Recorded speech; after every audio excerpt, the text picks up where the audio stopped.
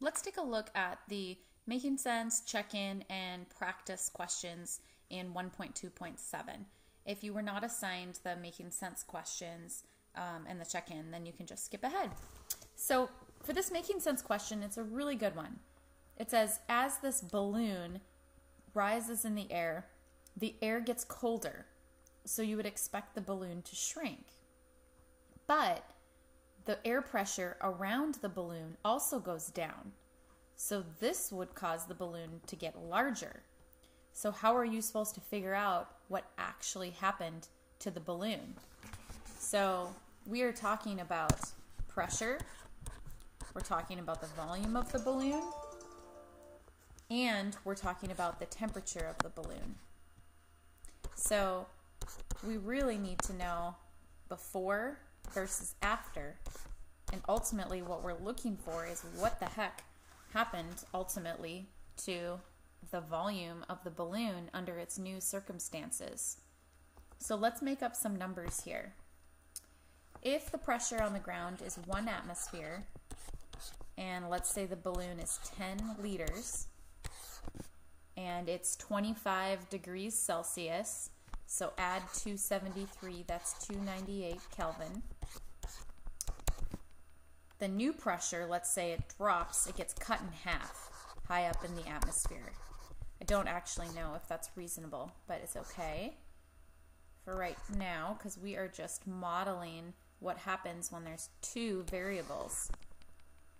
So let's say the temperature drops to freezing, 0 degrees Celsius plus 273 is 273 Kelvin. Now we want to get V2 by itself. So if we multiply both sides by 273 Kelvin over 0.5 ATM, that will help us out.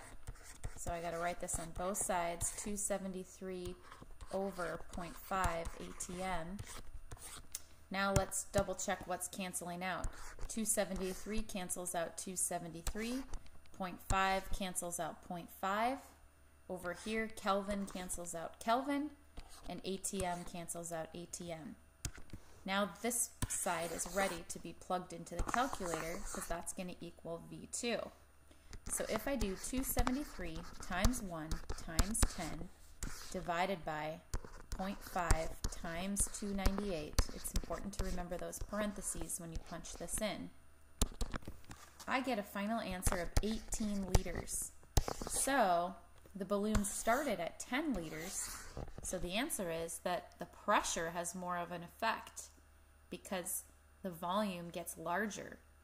Again, if temperature had more of an effect, as it got colder, the balloon would shrink and it would be less than 10 liters. So it makes sense here that because the pressure goes down, that is what is having a larger effect on the overall volume of this balloon. How about identifying what formula you even need? Let's take a look at this check-in question.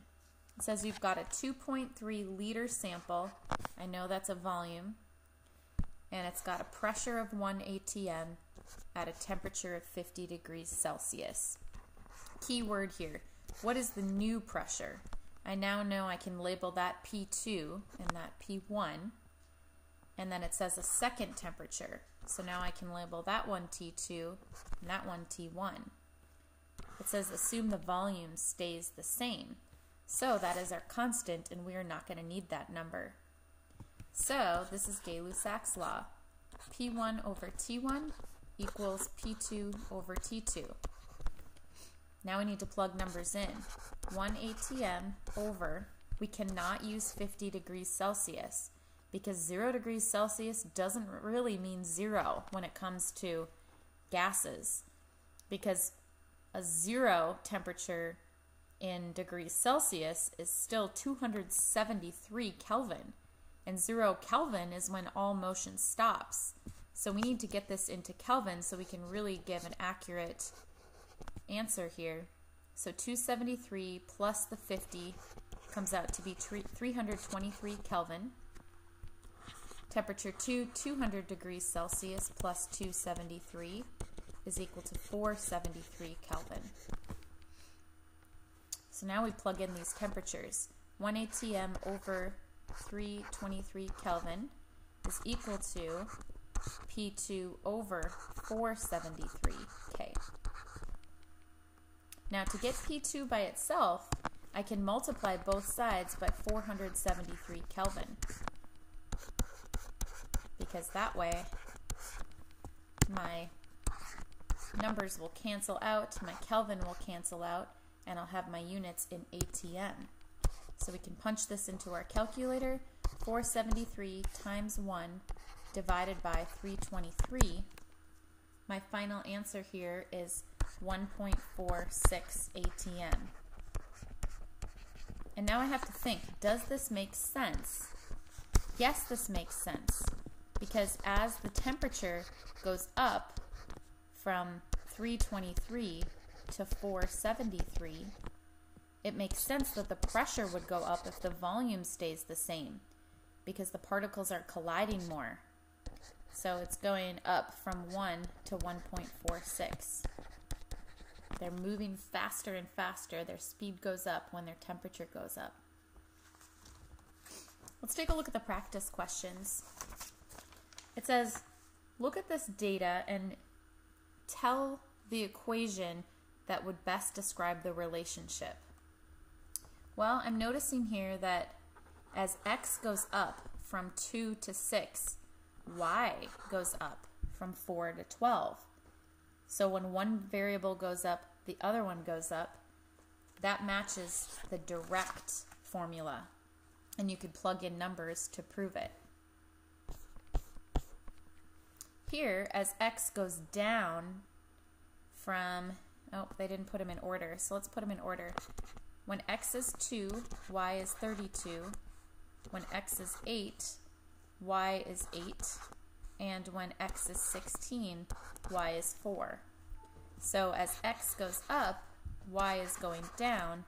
This is an inverse relationship.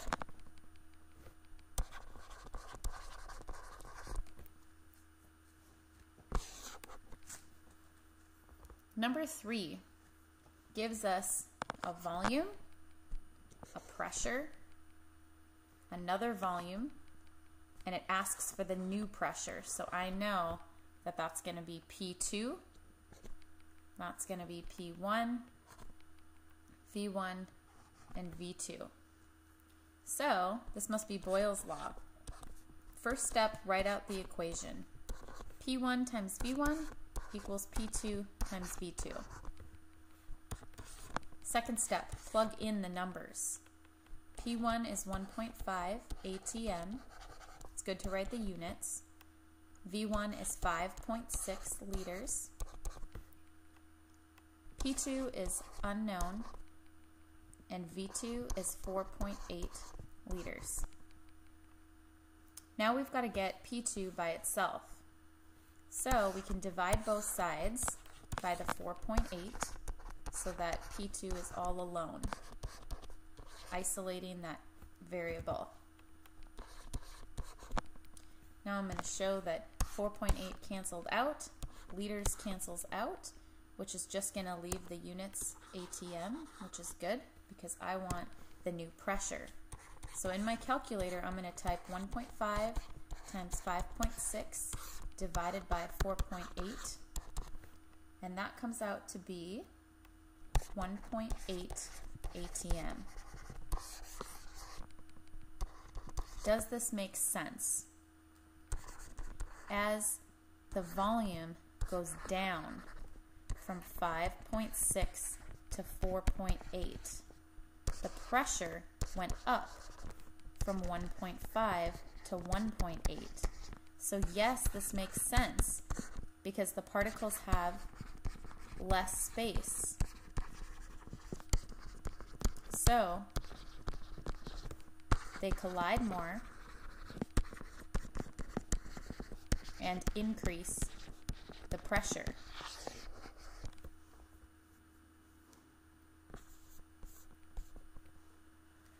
Let's take a look at number 4.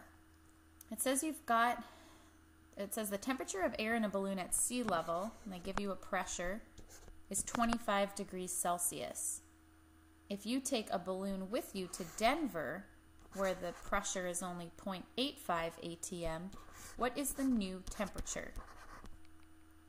So we know we've got T1 and T2, and we've got P1 and P2. We're looking for T2. So this is Gay-Lussac's law, P1 over T1 equals P2 over T2. And then we can plug in our numbers. Step 2, we've got 1 atm over, we can't leave this in degrees Celsius. So add 273, and that's 298. So divide by 298 Kelvin equals P2 is 0.85 atm, and the new temperature is unknown. Since my T2 is on the bottom, it's best for me to cross multiply and divide. So 1 atm times T2 is equal to 298 Kelvin times 0.85 atm. Step 4, isolate the unknown variable. We've got to get T2 by itself. So I can divide both sides by 1 atm. And now I'm going to show that my atm cancels out. Right here and right here, the units there. And so we're just left with Kelvin, which is good because we're looking for the new temperature. So in my calculator, I'm going to do 298 times 0.85 divide by 1, so I don't really need to do that part. And that comes out to be 253 Kelvin. So does that make sense? Yes, this makes sense, because as the pressure goes down from 1 atm to 0.85 atm, in order for that to happen, the temperature must have gone down as well. It started at 298 and now it went down to 253. So yes, this makes sense, because when the temperature goes down, particles slow down. The gas molecules stop moving so fast, and they collide less, which lowers the pressure.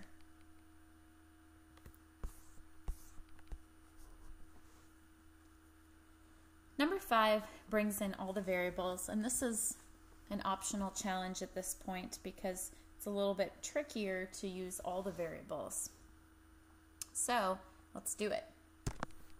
What do we have? We've got a volume, we've got a pressure, we've got a temperature, and then we've got a new pressure, a new volume, and it is asking about the new temperature.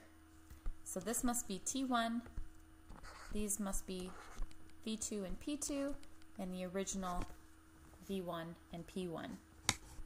So we know we're going to be using the combined gas law here. P1 times V1 over T1 equals P2 times V2 over T2. Step 2, let's plug in the numbers. I'm going to go over here. Our initial pressure is 3.2 atm. Our initial volume is 2 liters. And our initial temperature we have to get into Kelvin by adding 273. So that adds up to be 305 Kelvin. I'm going to write it up here too. Oops, 305.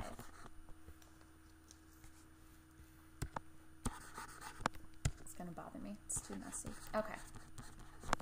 Anyways, P2, it says, is 1 atm. And the new volume is 3 liters. And we don't know T2.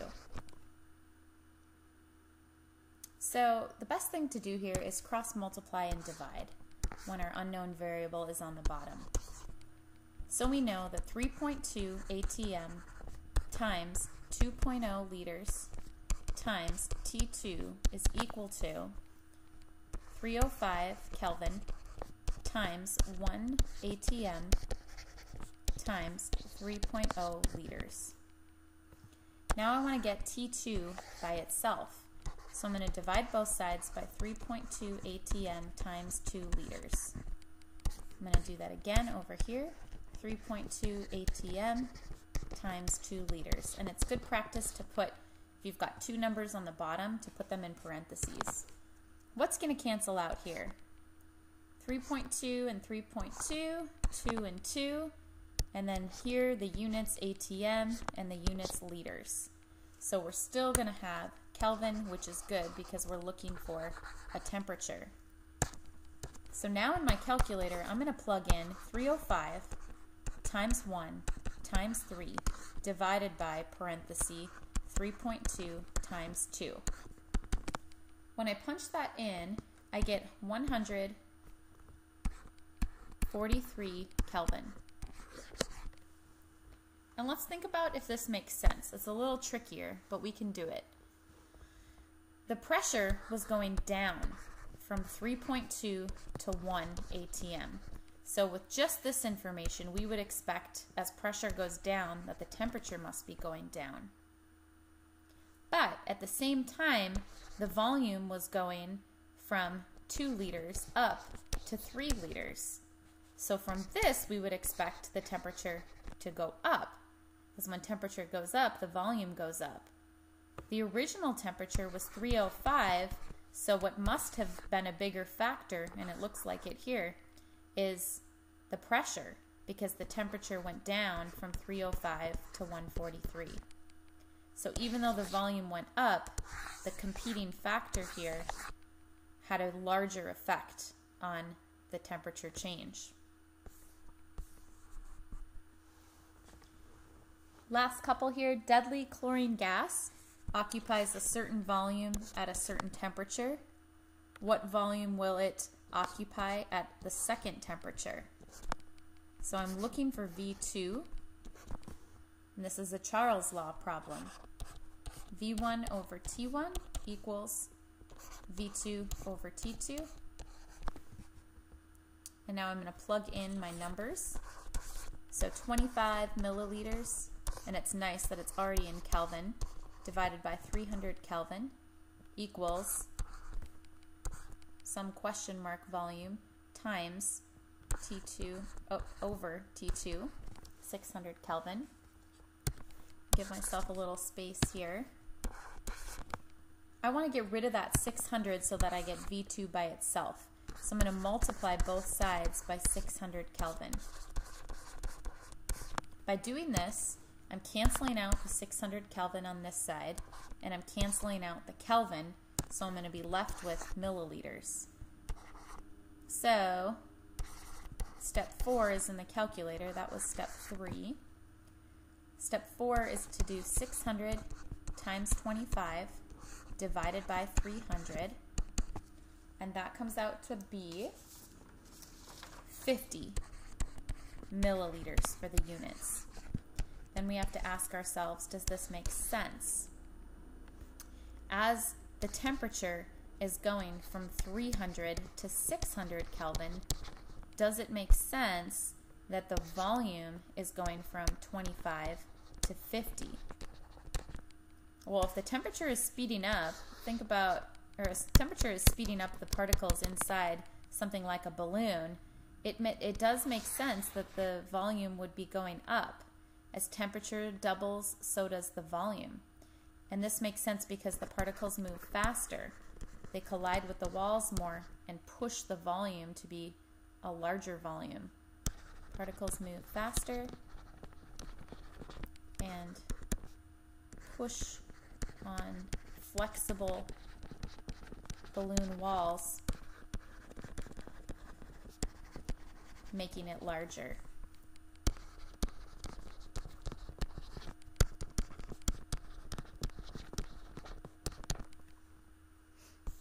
And the last problem, we've got a bag of potato chips at a pressure of 1 ATM. We've got a volume of 315 milliliters. What would the volume of the chips be at this new pressure? So now we know that's the original pressure and volume, and we're looking for a new volume. So this is Boyle's law. P1 times V1 equals P2 times V2.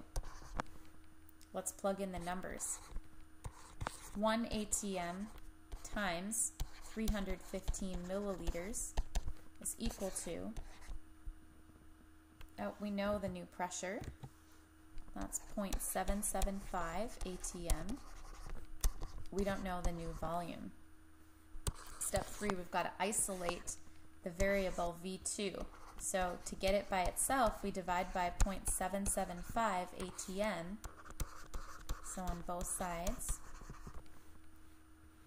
And I'm going to punch this into my calculator. Oops, I forgot to show my units canceling.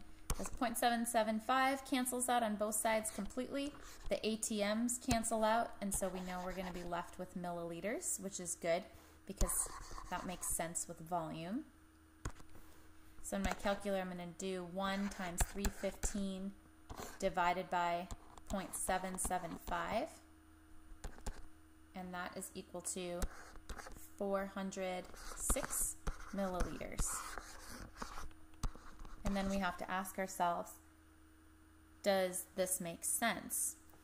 So, does it make sense that as the pressure goes down from 1 to 0.775 ATMs, that the volume of the potato chips would go up from 315 to 406 milliliters? Well, yes, because if now the particles have more space, they collide less. And with this potato chips, it's a little bit different here. So if particles have less pressure on outside of bag,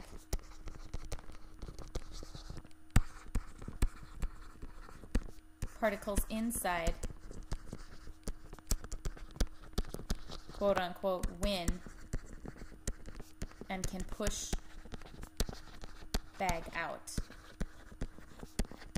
And there was a great drawing of this. Well, it's not the greatest drawing, but if I go into real quick my warm-ups, here's a great picture showing that potato chips at sea level, this is the bag, there's particles inside and particles outside, but the bag will puff out at a high altitude because there's not as many particles pushing down on the outside of the bag. So yes,